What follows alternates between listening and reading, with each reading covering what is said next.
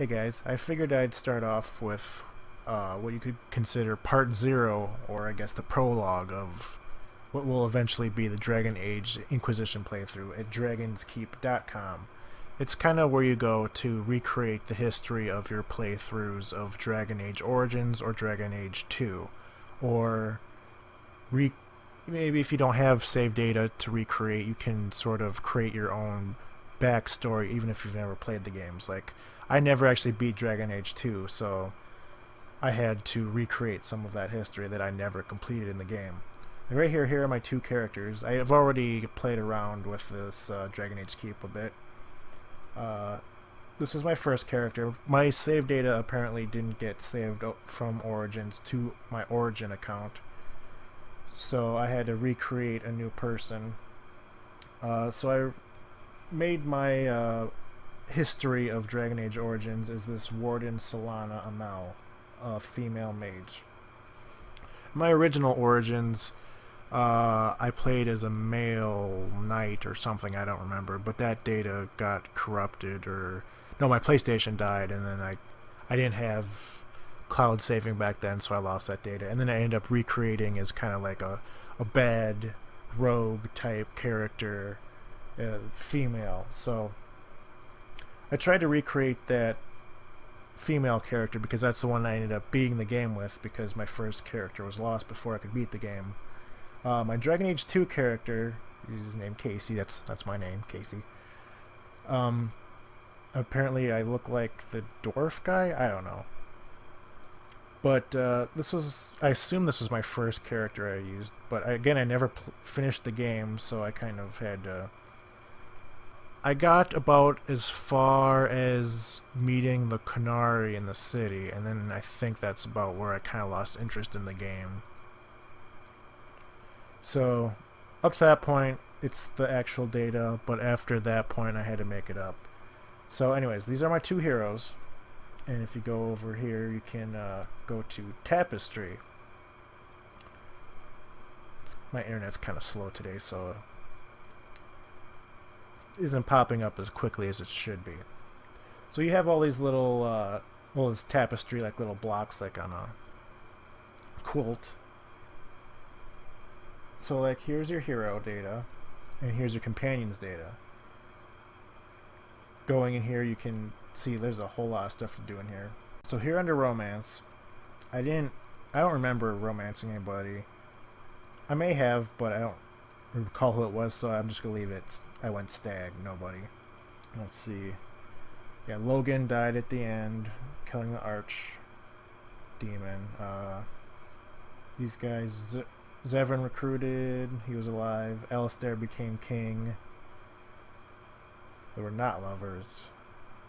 We didn't recruit Wine because I believe she died or something. It's been a while since I first played Dragon Age Origins, so I'm pretty rusty on my Dragon Age history, which is why another reason why this is so useful. So that works. Like this, I don't even remember there an option of Morgan having a baby, but you can go back. Prologue, you can customize all this stuff. I never played in the DLC, so I didn't really do much with that. And then over here is the Dragon Age Tapestry, which is the same thing. There's DLC and the different acts. So you can go there and customize it and everything. Either try to recreate your past playthrough, or even if you've never played Dragon Age, you can get a refresher course on the history and just create your own story. Forget about all those hours that other people put into video games. You can do it in like 15 minutes. But after you save your game through this circle menu, you can hit the play button, which will give you like a sort of like a picture book narrated story of the past two games. And the first time you go to Dragon Age Keep, they actually show the story part before the tapestry, if I remember right. And as the storyline is playing out, there will be like options to change your decision, like up in this corner, and you can click on it and it'll pause the story and you'll choose any of the options from there, and then it'll recreate the storyline as you go along. But I already did all that, so I'm just going to play it, and you can see how my Dragon Age history will play out for Dragon Age Inquisition. If you believe the stories, mankind's pride gave rise to the Darkspawn. Countless in number and toxic to all life, Darkspawn search endlessly for an archdemon. When they find one, Darkspawn armies surge up from their corrupt barrows beneath the ground, and a blight begins. Grey Wardens are the only warriors capable of destroying an archdemon, and history always honors the one who sacrifices all to kill the beast. In the fifth blight, the Warden was the hero of Ferelden, a mage living in the Circle Tower in Lake Calenhad. Drawn into an escape plot by another mage, the hero became snared in the Circle's dangerous politics. Duncan, a Grey Warden, helped the mage escape to a new life as a warden. The allied Ferelden and Grey Warden forces met in Ostegard, where King Kaelin's armies and a host of wardens gathered, ready to destroy the Darkspawn. But valor turned to despair as Loghain betrayed his king. Kaelin's forces were slaughtered, and the south was lost. The hero, now a full-fledged Grey Warden, survived with the aid of Flemeth, the mysterious witch of the wilds. Joined by Flemeth's daughter, Morrigan, and a Grey Warden named Alistair, the hero set out to build an army strong enough to abolish the Blight. With the traitorous Loghain now seated on Ferelden's throne, the Warden sought help from the influential Arl Eamon of Redcliffe. However, they arrived in Redcliffe to find the town under siege. Here you go. Here is the first edit choice button. You can click on it. You're given 2 choices. Sometimes you're given 3 or 4 choices. You just click on it and hit approve, and it'll. If I were to switch, but I won't. If I were to switch and approve it, it would go back like to the beginning of this scene and play out as the answer I selected. Undead rose in waves and assailed the battered village. With the hero's help, the people of Redcliffe stood fast against the undead horde. The Wardens reached Arl Eamon's castle only to find the Arl lying at the edge of death, and his court fallen into madness. To save his father's life, Eamon's young son, Connor, had made a deal with a demon, and quickly fallen victim to its possession. The demon's influence over Connor was briefly broken, but the young mage succumbed again to the demon's hold. But deals with demons are never straightforward. The demon agreed only to save Eamon's life. Again, I'm going off my second character, which I played kind of needed darker, a miracle to recover. No nonsense. The hero located an urn containing the sacred ashes of Andraste, which were said to cure any ailment. The urn was protected by ancient traps, tests of will, and a dragon-worshipping cult that wanted to twist the urn's power to its own ends. The cultists encouraged the hero to profane the ashes with dragon's blood, which caused the urn and its contents to shatter.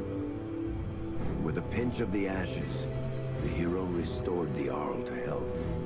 Informed of Loghain's treachery, Eamon swore his political and military support. The circles of Magi are bound by oath to aid the Grey Wardens in times of blight. However, Lake Calenhad's tower could offer little help. One of its mages, Uldred, had become possessed by a pride demon and was twisting other circle mages into abominations. The hero brought the tower under control using the rite of annulment to eliminate every mage. Grateful for the help, the tower's Templars joined the Warden's army. The allies gained at the Circle were not the only soldiers to join the Warden's forces, however. Dalish elves don't usually make alliances, but even deep hatred can be set aside in the face of oblivion. An ancient curse was destroying Ferelden's largest Dalish clans, turning the elves into werewolves. Zathrian, the clan's keeper, claimed that the cure required the heart of the great wolf, Witherfang. Years before, Zathrian himself had afflicted a group of humans with the curse that now ravaged his clan. As long as he lived, the curse endured. Swayed by the pleas of the Lady of the Forest, the hero eliminated the Dalish and gained the werewolves as allies. Blights may happen hundreds of years apart, but the dwarves who live below the surface of Thedas fight Darkspawn every day. No one is better schooled in battling Darkspawn than the warriors of Orzammar, except perhaps their allies of old, the Grey Wardens. The hero arrived in Orzammar in the wake of King Endrin's death to find political factions fighting for control of the dwarven capital. Only the vote of a venerated paragon could break the deadlock to elect a ruler, and order the dwarves to honor their Grey Warden treaty and join the battle against the new Blight. The hero set off to find a paragon named Branka, who had disappeared into the Deep Roads in search of a legendary artifact, the Anvil of the Void, created by the renowned smith Caradon to forge mighty war golems.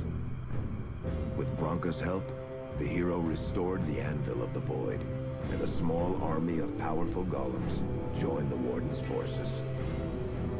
The hero emerged from the Deep Roads with a master-forged crown to bestow the Paragon's favor upon whichever rival candidate would be crowned king.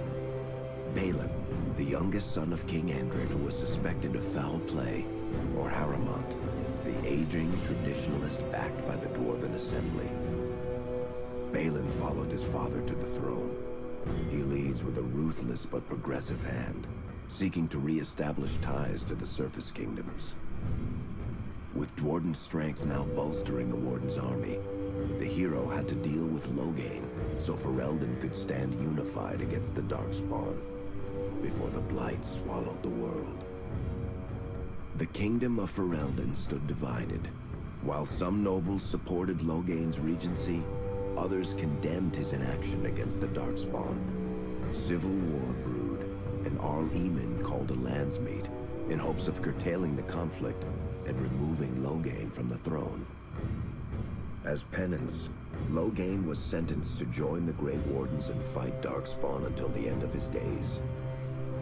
As the Warden's united army massed in Redcliffe, the Darkspawn overran Denerim, laying siege to Ferelden's capital city. The hero's army fought valiantly through Denerim and broke the Darkspawn siege.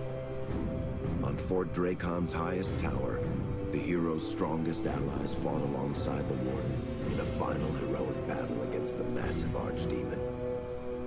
Loghain found some measure of redemption as he gave his life to kill the Archdemon and end the Blight. With no Archdemon to lead them, the Darkspawn scattered. Most fled underground, still teeming in number and always seeking a new Archdemon to awaken. The shattered kingdom of Ferelden embarked on a long journey to recovery. In the Blight's aftermath, strong leadership was crucial. Alistair, King Caelin's half-brother, and Queen Enora, Caelin's widow and daughter of Loghain, joined in a political union. Together, they ushered Ferelden into a new era. Ferelden still stands, as obstinate and resolute as the Dog Lords ever are, but the events of the Fifth Blight loom over it as the nation rebuilds. For people across Thedas, legends of the hero of Ferelden remain the nation's brightest beacons of hope during its darkest times. It all began in Kirkwall, And thus the fall of begins Knight Dragon Age Commander 2. Meredith, the Kunari Uprising, and of course, the Chantry's destruction and the onset of Mage Rebellion. One person always stood amidst the swirling chaos: Hawk, the champion of Kirkwall. The Hawk family fled Lothering, refugees from the Blight. Leandra, mother of the champion, and siblings Bethany and Carver hoped to find refuge at her family's estate in Kirkwall, far to the north. While Hawk had no magical abilities, the champion was at the heart of events that ultimately led to the Mage Rebellion. The Hawks escaped the Blight with the help of Aveline Valen, a warrior and family friend. It's said that the family was also aided by Flemeth, the notorious Witch of the Wilds. Hawk's brother, Carver, never reached the Free Marches. He was killed by Darkspawn while protecting his family. The family's first years in Kirkwall were difficult. Leandra's brother Gamlin had lost the family fortune. The Hawks lived in poverty, forced to indenture themselves in return for entrance to the city. To pay off the debt, Hawk was forced to work for a gang of smugglers. All the while, Hawk and Bethany did their best to hide Bethany's magic from the Templars. Opportunity eventually struck in the form of a dwarf named Bartrand Tethras, who was planning an expedition to the Deep Roads. It was a long shot, but with gold gained from the expedition, Hawk could free the family from its criminal creditors and further Templar scrutiny. Hawk met a rogue Grey Warden named Anders, who possessed detailed maps of the Deep Roads. These maps were crucial to the expedition's success. Once Hawk obtained them, everything else fell quickly into place. Afraid to lose another sibling, Hawk insisted that Bethany stay in Kirkwall, rather than accompany the expedition. Hawk did find ancient dwarven treasure, but the group also stumbled upon a statuette formed from a strange red lyrium. Upon returning to the surface, Hawk found Templars taking Bethany away. Her magic had been discovered. She joined a mage circle soon after. The gold Hawk recovered from the Deep Roads brought back Leandra's stately childhood home in Hightown. The Hawks had barely settled into their new home when Leandra was murdered. A deeply sinister and twisted killing. Hawk hunted down Quentin, the blood mage responsible, but could not prevent Leandra's death. Leandra's tragic death was part of a critical problem facing Kirkwall. Rising tension between the city's mages, who felt increasingly oppressed, and Templars, who grew increasingly suspicious of their activities. Adding to the strain, a large contingent of Kunari had also established themselves in Kirkwall, much to the growing discomfort of the city's rulers. After their dreadnought was shipwrecked many years before, a group of stranded Kunari were allowed to remain in a cordoned-off area in Lowtown. As time passed, the Kunari made no effort to return home, and offered no explanation about why they remained. Tensions rose to a breaking point. Revered Mother Patrice, convinced the Kunari were a threat to the Chantry's faith, incited violence between the Kunari and the Kirkwall populace. Hawk knew that Patrice would bring about unnecessary conflict. Though the champion tried to stop her, Patrice orchestrated the murder of Seamus Dumar, a Viscount's son and a recent convert to the This is about where I stopped playing Dragon Age 2, so from here I just made up the story as I went along. After Seamus was murdered, the Arashok of the Kunari group lost patience with the humans of Kirkwall. They would now submit to the Qun or die. The Kunari struck hard and fast. They took the palace in Hightown and beheaded the Viscount to immediately quash any resistance. Aided by Knight Commander Meredith and First Enchanter Orsino, Hawk reached the palace and stood toe-to-toe with the fearsome Kunari leader. Hawk fought the Kunari leader. The fierce battle resulted in the Arashok's death and the liberation of Kirkwall from its brief occupation. The Kunari quickly withdrew from the city entirely. Hawk saved Kirkwall and earned the grudging respect of the city's Templars, mages, and nobility, along with the title that history remembers, the Champion of Kirkwall. Kirkwall's problems were still not over, however. After Viscount Dumar's death, Knight Commander Meredith took power and blocked all attempts to appoint a new Viscount. Under Meredith's command, the Templars tightened their grip on the mages, planning to suppress what Meredith saw as a growing rebellion. Anders, who spent years fighting for justice and freedom for his fellow mages, saw that the time for negotiation was past.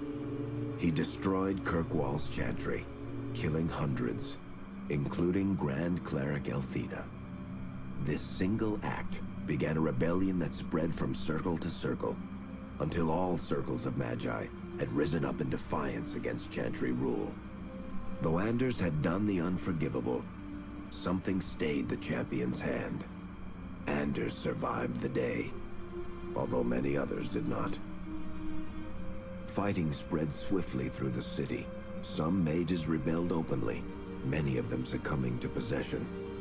Templars turned their swords on mages who rebelled, and on those who did not.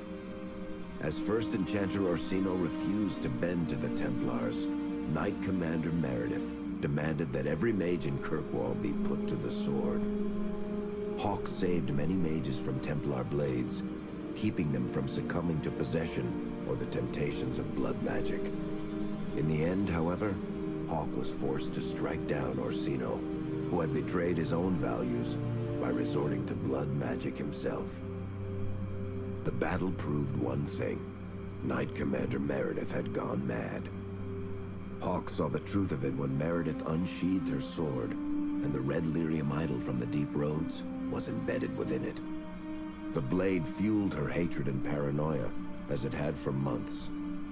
After a horrific battle, the red lyrium of the Knight Commander's sword consumed her as she died. Meredith became a statue, her face a frozen mask of horror. Little is known of the champion since that final battle. However, Hawk's story lives on in legend and song. Memories of the indelible changes the champion of Kirkwall brought to the face of Thedas. And there you go. So that is the back history for my personal Dragon Age Inquisition.